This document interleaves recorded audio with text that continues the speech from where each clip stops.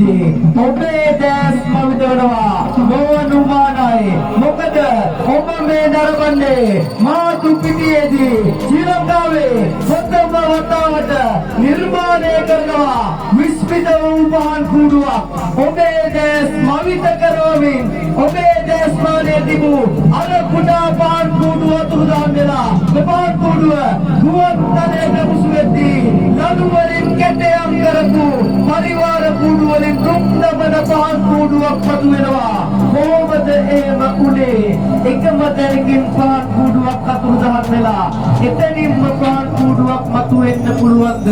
නමුත් ඔබ දකිනවා මේ නිසයි මේ නිර්මාණය රුස්මිතයි කියලා කිව්වේ.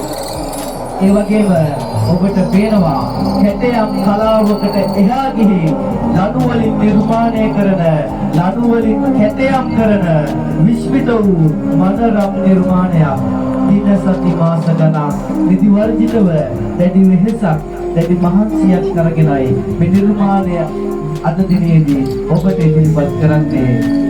අපේ ස්වාමීන් වහන්සේලා දිවයින පුරාම මාපිය වන්දනා වැඩසටහන් තියලා ඔබට කියන්නේ මෙන්න මේ පණිවිඩය. සියලු දෙනාම මේ කුටිය දෙස මොහොතක් බලන්න. හිත සංසුන් කරගෙන ඔයාගේ අම්මවයි තාත්තවයි මතකයේ නගාගෙන මේ මාපිය වන්දනාවට හොඳින් සවන් දෙන්න.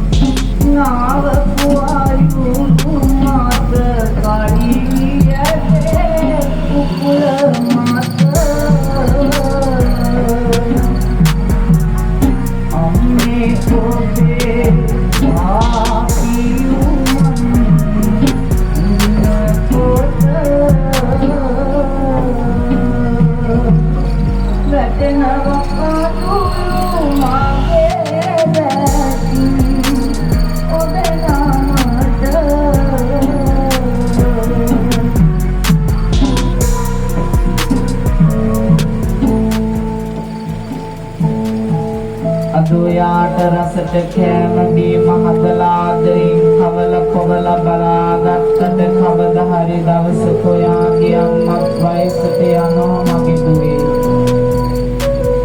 එදාට අම්මත් හැරමිටියෙන් ඇවිදින දවසක් උදානේ මංගලාවාදරෙන් පපුවට තුරුළු කරගෙන හිසාට දාල ඔයාගෙන් ඉල්ලන්නේ පිළියයි. අම්මා වයසට ගියලා අම්මව සමපාරට ඇදලා දාන්නේ කවදාවත් ඔයාගේ අම්මව අනාථ මඩමට මහලු නිවාසෙට දාන්නේ නැහැ. කියාවතේදී දෙමාපියන් දවසලකීම පිරිහීමට හේතුවක් වන බව බුදුරජාණන් වහන්සේ පරාභව සූත්‍රයේ දේශනා කරන ආකාරය අරබේන කුටියේදී කලාකරුවා නිර්මාණය කරනවා. බලන්න.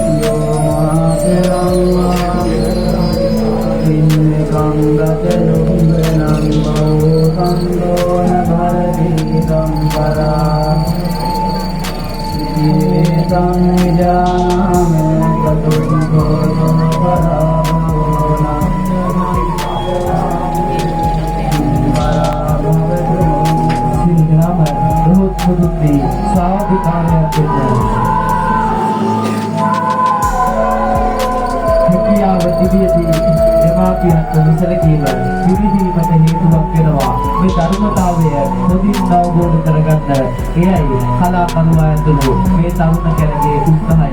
කලාකරුවා ඇතුළු අපි සියලු දෙනාගේම දෙමාපියන්ට මේ පහන් කූඩුව උපහාරයක් වේවා. ඔබේ දර්ශන වාරය මෙතනින් නිමාවටපත් වෙනවා. ඊළඟ වසරේදී මීටත් වඩා විස්මිත වූ නිර්මාණයක් අපි ඔබට ඉදිරිපත් කරනවා.